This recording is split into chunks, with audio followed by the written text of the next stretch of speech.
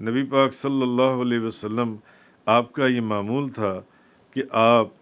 غزوہ احد کے بعد ہر سال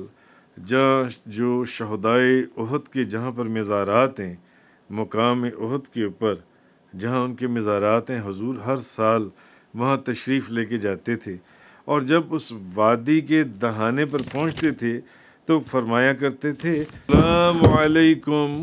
بما صبرتم فنعم عقبی الدار۔ حضور ان کو فرمایا کرتے تھے کہ اے پیکران صبر و وفا، اس صبر کے بدلے جس کا مظاہرہ تم نے احد کے میدان میں کیا، تم پر اللہ کے سلام ہو،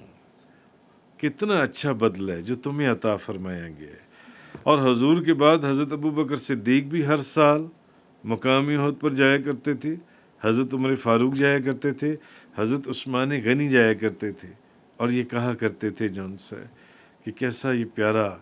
مقام اور مرتبہ ہے جو اللہ نے تمہیں عطا فرمایا۔ تو اس حدیث سے یہ ثابت ہوا کہ اولیاء کرام کی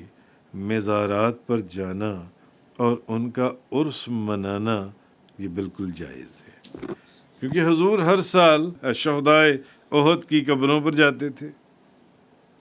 حضرت ابوبکر صدیق بھی جاتے تھے، حضرت عمر فاروق بھی جاتے تھے، اور ان کو سلام کرتے تھے اور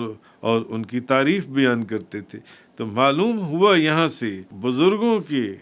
عرس منانا یا اولیاء کرام کے مزارات پر جانا بالکل جائز۔